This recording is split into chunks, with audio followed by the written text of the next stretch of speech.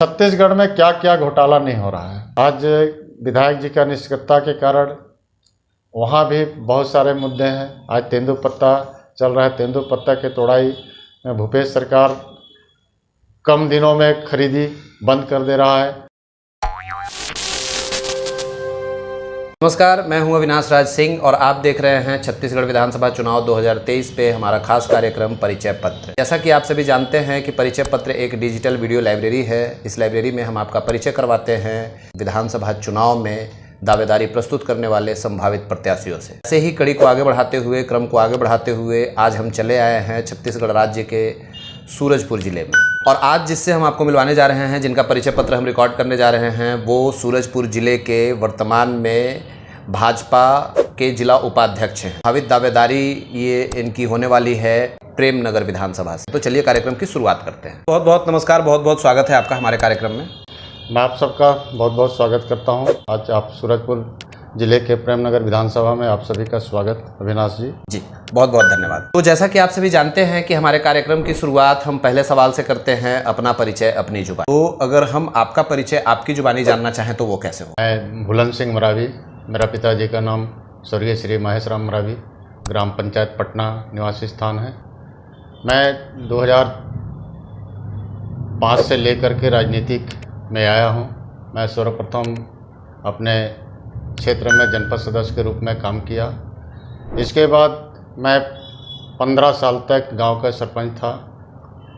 इसके बाद पुनः मैं फिर ग्राम पंचायत को छोड़ करके मैं जिला पंचायत में दावेदारी डाला और चुनाव जीता। मैं जिला पंचायत अध्यक्ष चुनाव लड़ने के बाद मैं भारतीय जनता पार्टी का विभिन्न दायित्वों का निर्वहन किया। लोगों का समस्या जो पानी का था, रोड सड़क बिजली का था, और सारी समस्या को निपटाने का प्रयास किया और जनता का पूर्ण समर्थन मुझे मिला।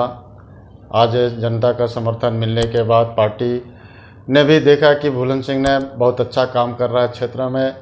आज मेरे को भारतीय जनता पार्टी का जिला के उपाध्यक्ष बनाया गया।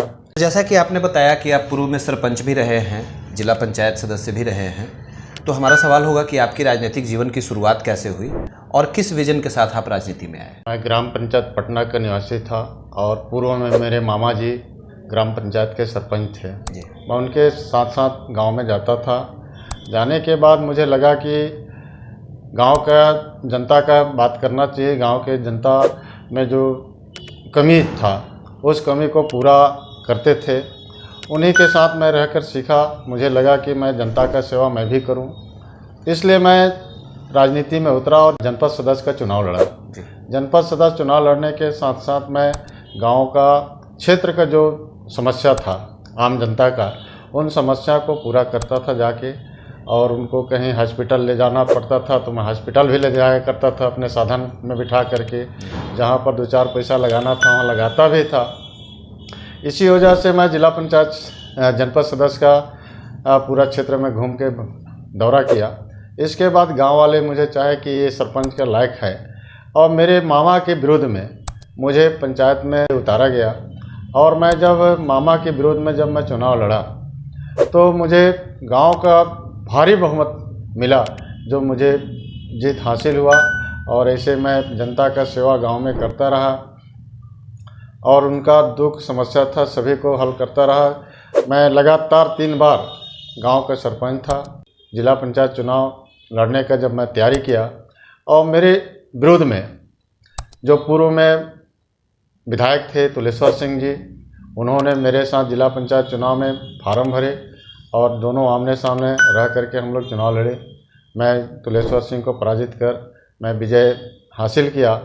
और वहीं से मैं जब पूरा क्षेत्र में दौरा करता रहा, उसी समय भारतीय जनता पार्टी के जो हमारे सीनियर कार्यकर्ता हैं उन्होंने देखा कि भुलन सिंह ने गांव के जनता के काम अच्छे कर रहे हैं, इसलिए मुझे भारतीय जनता पार्टी में जिला कार्य समिति का सदस्य भी बनाया। और भारतीय जनता पार्टी का जब मैं जिला पंचायत चुनाव जीता तो मुझे जिला अध्यक्ष के लिए भी फार्म भराए और मैं फार्म भरा। और मैं किसी कारणवश पीछे रहा, इसलिए मैं वहीं से अपना तैयारी किया कि मैं जनता का सेवा करूं।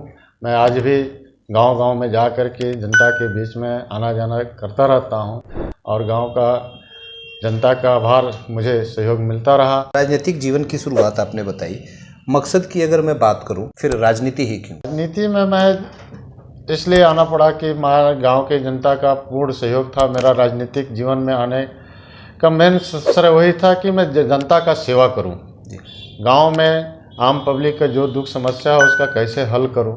इसलिए मेरा ज़्यादा रुचि राजनीति में आने का विचार हुआ कि मैं राजनीति में रहूंगा तभी मैं जनता का सेवा कर पाऊंगा। आप पूर्व में सरपंच भी रहे हैं, जिला पंचायत सदस्य भी रहे हैं, तो ऐसे में आपके प्रेरणा स्रोत की अगर बात की जाए, प्रेरणा स्रोत किन्हें मानते हैं? सर्वप्रथम तो मैं मेरे मामा जी हैं जी, जो मैं राजनीति का शुरुआत किया। जी, गांव में वो सरपंच थे, तो उनको देखा कि गांव में हर किसान के पास, हर गरीब के पास और आना जाना करते थे। मैं भी उनके पीछे पीछे आना जाना करता था। अभी का समस्या का निदान जब ये कर रहे हैं, मैं भी सोचा कि अगर मैं भी कुछ क्षेत्र राजनीतिक क्षेत्र में आऊँ तो मैं भी जनता का सेवा करके देखूँ। जब मैं जनता के बीच में आना जाना चालू किया तो गांव के जनता का मुझे अपार सहयोग मिला, उनका आशीर्वाद मिला। मैं राजनीति पर वहीं से उतरा, सरपंच था, जिला पंचायत आए।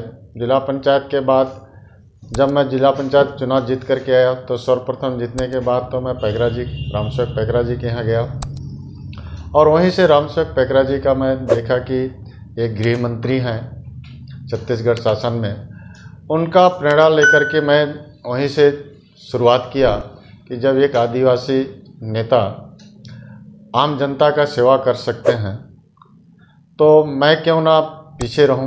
मैं वहीं से उनका प्रेरणा स्रोत मान करके उनका जो कार्यशैली था उनको देख करके मैं फील्ड में राजनीतिक में और तेज कर दिया।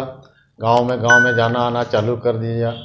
गांव के लोगों का, आदिवासी समाज का, समान वर्गों का, पिछड़ा वर्ग का, सभी का जो छोटा मोटा समस्या था उस समस्या को लेकर के मैं न्यायालय में गया, थाना तक गया, पटवारी से काम करवाया, तहसीलदार से काम करवाया। बेसिक तौर पे आप प्रेरणा स्रोत अपने रामसेवक पैकरा जी को मानते हैं और अपने मामा जी को मानते हैं। जी, था कि आपने बताया कि आप पूर्व में सरपंच भी रहे हैं, जिला पंचायत सदस्य भी रहे हैं, तो अगर आपके राजनीतिक जीवन के महत्वपूर्ण कार्य की अगर मैं बात करूं कि एक सरपंच रहते हुए, एक जिला पंचायत सदस्य रहते हुए आपने कुछ महत्वपूर्ण कार्य किए, उस पर अगर प्रकाश डालने की मैं बात करूं तो वो क्या होंगे? जिस समय मैं जिला पंचायत चुनाव लड़ने का तैयारी किया उस समय छत्तीसगढ़ में जोगी सरकार था।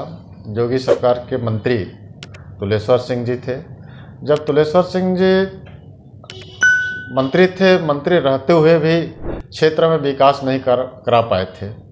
ना तो एक रोड नहीं बना पाए थे, कहीं पर नदी नाला था वहाँ पुल भी नहीं बनाए थे। स्कूल का भी बहुत समस्या था उस समय।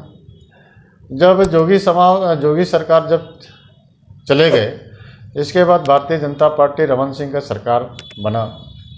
रमन सिंह का सरकार बना उस समय मैं जिला पंचायत का जब मैं चुनाव लड़ा, मेरे साथ में तुलेश्वर सिंह जी जोगी सरकार के जो मंत्री थे उन्होंने मेरे प्रतिद्वंदी रहे, मेरे साथ में चुनाव लड़े। जब मेरे से जब पराजित हो गए तो जब मैं चुनाव जीता, चुनाव जीतने के बाद मैं गांव में ऐसे अनेकों काम कराया जो उनके कार्यकाल में नहीं हुआ था। उन कार्यों को भी मैं पूरा कराने का प्रयास किया और पूरा हुआ। आज भी जनता इसी वजह और विश्वास के साथ मेरे साथ तत्पर रहते हैं। पूर्व में सरपंच भी रहे, बाद में आपने जिला पार्षद पार्टी ज्वाइन करने के बाद आपने बीजेपी पार्टी कब ज्वाइन की? तो पार्टी हम लोग जन्म से ही भाजपा ही हैं जी, है ना। मैं 1995 से लेकर के भारतीय जनता पार्टी का कार्य करता हूँ जी, और आज भी भारतीय जनता पार्टी का कार्य करता हूँ। पार्टियां और भी हैं, बीजेपी में ऐसा क्या खास है जो आपको प्रभावित करता है? भारतीय जनता पार्टी एक राजनीतिक दल है जो विश्व में प्रथम स्थान है आज भारतीय जनता पार्टी का। और भारतीय जनता पार्टी किसी व्यक्ति विशेष का पार्टी नहीं है। भारतीय जनता पार्टी कार्यकर्ताओं का पार्टी है। आज जो कार्यकर्ता अच्छा काम करता है वो आगे बढ़ता है और जिनका कार्यशैली अच्छा रहता है उनको पार्टी के बड़े नेताओं के विचार में आता है कि लड़का अच्छा काम कर रहा है तो उनका आगे विकास हो जाता है, उनका अगला पद मिल जाता है। मैं पिछले बार जिला कार्य समिति सदस्य था, आज पार्टी ने मुझे देखा कि अच्छा काम कर रहा है तो आज भारतीय जनता पार्टी का जिला का उपाध्यक्ष बनाया है। आज देखिए, भारतीय जनता पार्टी किसी का व्यक्तिगत पार्टी नहीं है। माननीय नरेंद्र मोदी जी आज देश का प्रधानमंत्री हैं। प्रधानमंत्री जी पहले चाय बेचते थे और चाय बेचते बेचते आज देश का प्रधानमंत्री बन गए। तो हम लोग भी एक छोटा सा कार्यकर्ता हैं, पार्टी के जो भी काम आता है उसका काम को हम लोग निष्ठापूर्वक काम कर रहे हैं।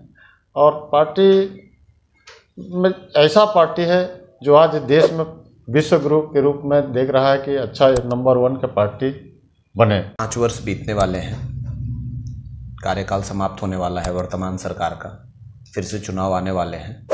ऐसे में अगर आपके शब्दों में मैं वर्तमान सरकार की समीक्षा आप करें या आपसे जानना चाहूँ कि कैसा रहा वर्तमान सरकार का 5 वर्ष, तो वो कैसा रहा है? छत्तीसगढ़ जब चुनाव हुआ, भूपेश बघेल जी का कांग्रेस का जब गवर्नमेंट बना जी, उस समय छत्तीसगढ़ में 36 प्रकार के कांग्रेस के घोषणा भरे थे जी। और पूरे छत्तीसगढ़ में घूम घूम करके उन्होंने कहा था कि मैं महिलाओं के साथ न्याय करूंगा, युवाओं के साथ न्याय करूंगा। गंगा जल रख करके हाथ में कसम खाए थे कि मैं शराब दुकान बंद करूंगा। आज देखिए, छत्तीसगढ़ सरकार बनने के बाद छत्तीसगढ़ में क्या क्या घोटाला नहीं हो रहा है। आज छत्तीसगढ़ में गोबर घोटाला, शराब घोटाला, रेता माफिया, कोयला घोटाला, ये दुनिया के घोटाला आज छत्तीसगढ़ में चल रहा है। ऐसे जनता के साथ छत्तीसगढ़ सरकार जो भूपेश की सरकार है उन्होंने न्याय किया है। आज बेरोजगारी भत्ता के मामला हो, चाहे सामाजिक सुरक्षा पेंशन के मामला हो, चाहे वृद्धा पेंशन के मामला हो, सारे वादा आज छत्तीसगढ़ सरकार ने जनता के साथ छल किया है। जनता इसका भी 2023 में मुंहतोड़ जवाब देगी कि आने वाले दिन में भूपेश की सरकार समझ जाएगा कि मैं जनता के साथ क्या छलावा किया था। आज मुझे उसका पुलिसमेंट भुगताना पड़ रहा है। जैसे सरकार के 5 वर्ष समाप्त हो रहे हैं, कार्यकाल समाप्त हो रहा है, वैसे ही आपके क्षेत्र के माननीय विधायक जी का भी कार्यकाल समाप्त हो रहा है। अगर मैं उनके 5 वर्षों के कार्यकाल की मैं बात करूं तो उन्होंने क्षेत्र में विकास के कार्य कितने किए हैं, इस पे आपके क्या राय होंगे? आप प्रेमनगर विधानसभा में घूम करके देख सकते हैं भाई साहब जी कि हमारे क्षेत्र के विधायक सम्मानीय खेलसाज सिंह जी हैं जी। ये अधिकतर मतलब बिस्तर में रहते हैं जी, है ना। जब बिस्तर में रहते हैं तो गांव का विकास कहाँ से करा पाएंगे। एक खाली रहते हैं तो घर में, और नहीं तो हॉस्पिटल में अधिकतर समय देते हैं। आज सियाने अवस्था भी हो गया है, इस क्षेत्र में घूम भी नहीं पाते हैं माननीय विधायक महोदय जी। तो क्षेत्र के समस्या को कहाँ जान पाएंगे कि किस क्षेत्र में क्या समस्या है। चाहे गांव में जाके आप देख सकते हैं, न तो रोड बना है, न तो कहीं पर पुलिया बना है, न कहीं पर कोई बिल्डिंग बना है। जो भारतीय जनता पार्टी के शासनकाल में जो रोड बना था डामरीकरण, आज वो डामरीकरण रोड जो है खंडहर पड़ा है, जिसका मरम्मत भी कांग्रेस सरकार नहीं करा पा रहा है। ये स्थिति कांग्रेस सरकार की है। तो हमारे विधायक जी भी क्या स्थिति यही है, जो अपना क्षेत्र में दौरा कभी नहीं कर पाता है। 5 वर्ष बीत गए, फिर से चुनाव आने वाले हैं, चंद दिनों के बाद चुनाव आएंगे। क्या लगता है आपको इस बार इलेक्शन ब्लूप्रिंट क्या रहने वाला है, चुनावी मुद्दे क्या रहने वाले हैं राज्य स्तर पे? भाई साहब, सबसे तो क्षेत्र में जाकर ये दे सकते हैं कि प्रेमनगर विधानसभा का मामला हो या पूरा छत्तीसगढ़ का मामला हो जी, आज जहाँ देखिए तहाँ खाली घोटाला ही घोटाला चल रहा है। चाहे रेत का मामला हो, चाहे कोयला घोटाला मामला हो, गौठानों में स्थिति जाकर देखिए। मैं भी 22-23 गौठानों में जाकर निरीक्षण किया। गौठानों में भूपेश जी का कहना है कि मैं 19 लाख रुपया खर्च किया एक गौठान में, लेकिन जब हम लोग वास्तविक स्थल पर जाकर उसका निरीक्षण किए तो मेरे को ऐसा लगा कि 12-13 लाख रुपया का गौठान बना है। और उसमें भूपेश जी कहते थे कि मैं 300 गाय दिया हूँ, 300 गाय का गौठान बना है। हम लोग सारे गौठान में गए, एक भी गाय गौठान में नहीं है, ना तो वहाँ चारा है ना पानी है। न पीने के लिए पानी नहीं मिल रहा है, न कोई चारा नहीं है। ये गौठानों में बहुत ज़्यादा घपला करके आज भूपेश सरकार ने किया है। इसी प्रकार का कई घोटाला है। शराब घोटाला भी आप लोग को देखे ही होंगे, 2000 रुपये करोड़ों का घोटाला शराब घोटाला है। इसी प्रकार के कई घोटाला आज छत्तीसगढ़ में है। ऐसे में पूरा क्षेत्र का जनता समझ रहा है कि कांग्रेस जो सरकार है वो खाली घोटाला, अपने पेट रोटी सेक रही है, अपने पेट पाल रहा है यहाँ की नेता। इसलिए सारे जनता समझ रहा है कि इस बार आने वाले दिन में जनता इनको अच्छा सबक सिखाएगी। मुद्दे घोटाला मुद्दे होने वाले, खाली घोटाला मुद्दा। आपके क्षेत्रीय मुद्दों की अगर मैं बात करूं तो वहां इलेक्शन ब्लूप्रिंट क्या रहने वाला है? आपके प्रेमनगर विधानसभा में महत्वपूर्ण मुद्दा क्या है? प्रेमनगर विधानसभा क्षेत्र में मुद्दा बहुत सारे हैं। आज विधायक जी का निष्क्रियता के कारण वहाँ भी बहुत सारे मुद्दे हैं। आज तेंदुपत्ता चल रहा है, तेंदुपत्ता के तोड़ाई में भूपेश सरकार कम दिनों में खरीदी बंद कर दे रहा है। भारतीय जनता पार्टी का जिस समय सरकार था उस समय हम लोग तेंदुपत्ता तोड़ने वाले को चरण पादुका दे रहे थे, बोनस दे रहे थे, कई प्रकार की सुविधा दे रहे थे। आज छत्तीसगढ़ में कांग्रेस सरकार जब बना तो सारे सुविधा को बंद कर दिए। तेंदुपत्ता जो श्रमिक हैं वो सारे आज नाराज़ हैं। इसी प्रकार धान खरीदी केंद्र में आज जाकर देखिए, बोरा के लिए तबाह हो गए किसान। उनको बोरा नहीं मिल पाया, सही समय पर उनका धान नहीं खरीदा पाया। आज किसानों को खाद बीज का जो समस्या है, खाद बीज जब ज़रूरत पड़ता है खाद बीज का, उस समय इनके सोसाइटी में खाद सही समय पर नहीं मिल पाता है। पिछले बार यूरिया के इतना छत्तीसगढ़ सरकार घोटाला कर दिया कि सारे यूरिया को इन्होंने दूसरे राज्य में बिक्री कर दिया, लेकिन छत्तीसगढ़ में किसानों को यूरिया नहीं मिल पाया।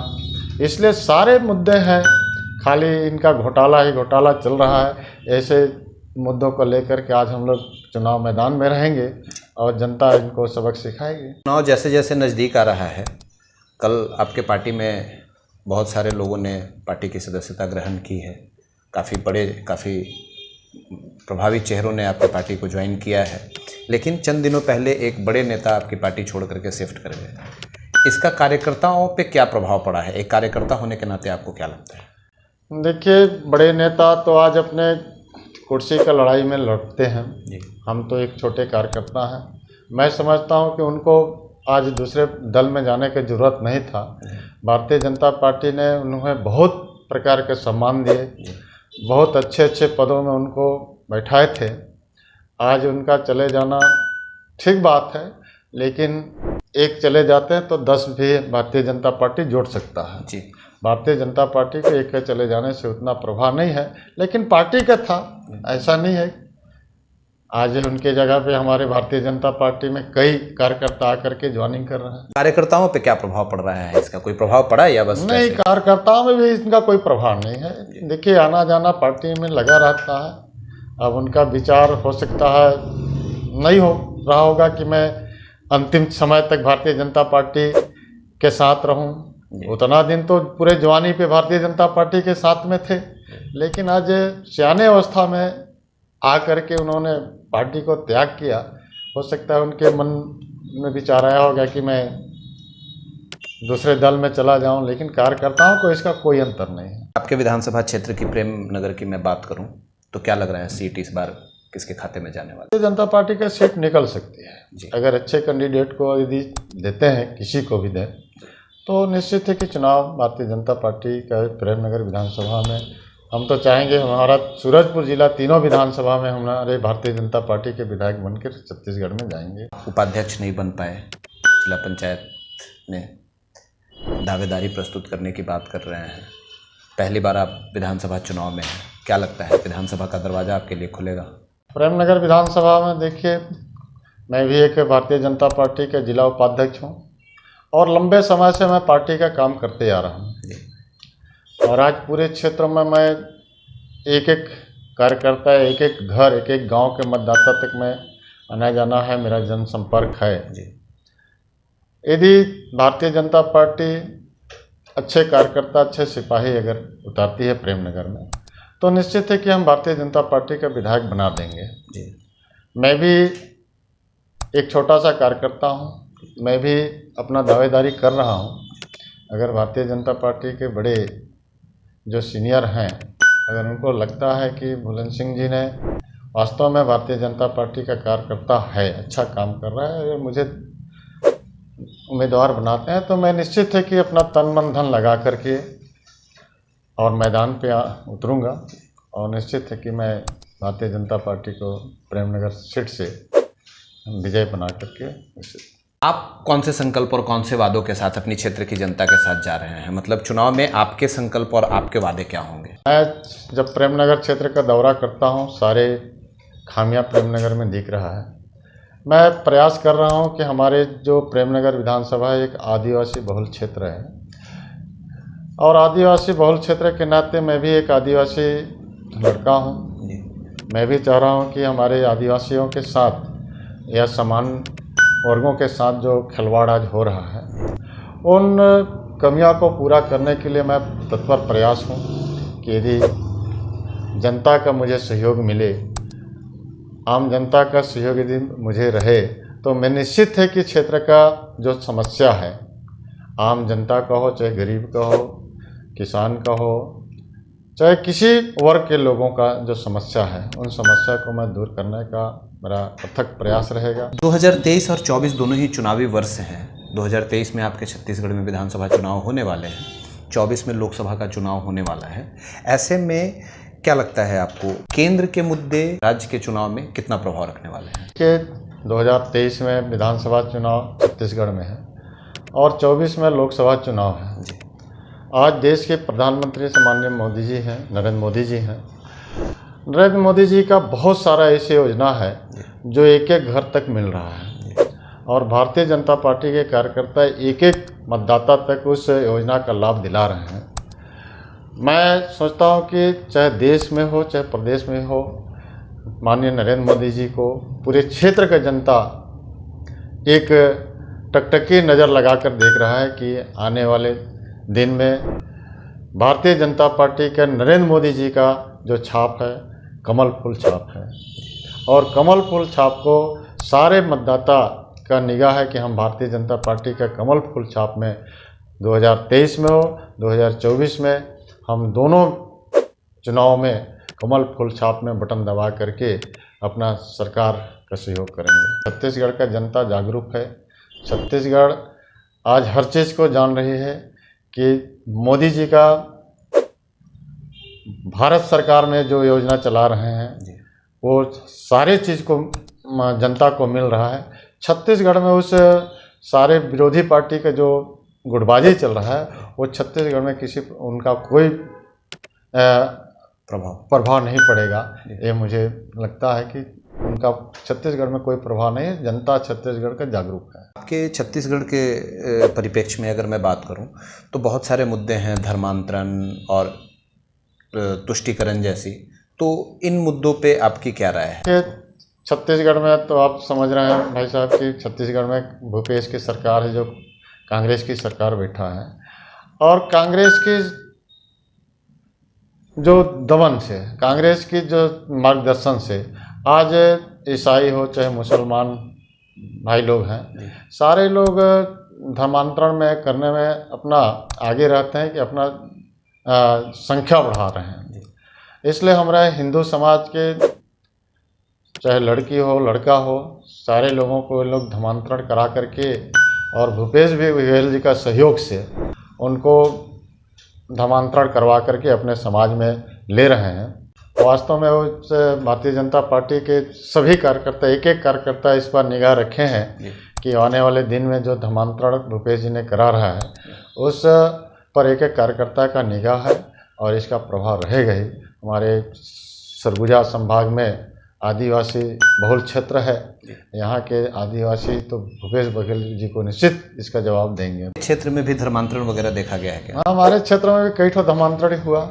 हमारे रामानगर विकासखंड के ग्राम पंचायत गणेशपुर का एक आदिवासी लड़की है। उस लड़की का कांग्रेस सरकार के जो कन्या विवाह योजना जो कार्यक्रम था, उसमें एक हमारे आदिवासी लड़की का सामूहिक शादी जब हुआ, उसमें एक निगाह कराया गया। तो इसका भी हम सारे लोगों ने मिल करके, क्षेत्र के आम जनता, आदिवासी, गैर आदिवासी, सारे लोग जो हिंदू समाज में हैं, सारे लोग मिल करके इसका विरोध प्रदर्शन किए। एसपी साहब तक भी हम लोग, कलेक्टर को भी आवेदन दिए और सारे जनता इससे जागरूक है कि आने वाला दिन में भूपेश बघेल जी को हम धर्मांतरण के बारे में सबक सिखाएंगे। हमारे चैनल के माध्यम से अगर आप अपनी क्षेत्र की जनता से कोई अपील करना चाहें तो वो क्या हो? मैं भुलन सिंह मरावी, भारतीय जनता पार्टी जिला सूरजपुर के उपाध्यक्ष, कि मैं सभी को प्रणाम करता हूं। जय श्री राम। सूरजपुर जिले के जिला उपाध्यक्ष के नाते मैं सभी भारतीय जनता पार्टी सूरजपुर के तीनों विधानसभा के आम जनता से निवेदन करता हूं कि आप सारे लोग हमारे देश के प्रधानमंत्री माननीय नरेंद्र मोदी जी का हाथ को मजबूत करें और छत्तीसगढ़ में माननीय रमन सिंह जी का हाथ को मजबूत करें और हमारे क्षेत्र के एक जाने माने आदिवासी माननीय राम सेवा पैकरा जी का हाथ को मजबूत करें। और आने वाले 2023 और आने वाले 2024 में आप सभी ने कमल फूल छाप में बटन दबा करके और देश के प्रधानमंत्री माननीय नरेंद्र मोदी जी को, छत्तीसगढ़ प्रदेश के माननीय रमन सिंह जी को, हमारे ज़िले के राम सेवक पैकरा जी को आप सभी लोग मजबूत करें। यही मैं आप सभी से आग्रह, निवेदन, प्रार्थना। जय श्री राम। तो ये थे भुलन सिंह मरावी जी। ये पटना कोट के रहने वाले हैं। सूरजपुर जिले में इनका गांव पड़ता है पटना कोट। वर्तमान में ये सूरजपुर जिले के भारतीय जनता पार्टी के जिला उपाध्यक्ष भी हैं और प्रेम नगर विधानसभा संख्या 4 से ये अपनी दावेदारी प्रस्तुत करने की बात कर रहे थे। तो ऐसे ही अलग अलग विधानसभा के अलग अलग संभावित प्रत्याशियों से, पूर्व प्रत्याशियों से, पूर्व में विधायक जो रहे उनसे, वर्तमान विधायक से हम आपकी मुलाकात करवाते रहेंगे। हम उनका परिचय रिकॉर्ड करते रहेंगे। आप देखते रहिए इलेक्शन ब्लूप्रिंट, बने रहिए हमारे साथ टुडेज ब्लूप्रिंट में। बहुत बहुत धन्यवाद सर आपका। बहुत बहुत धन्यवाद।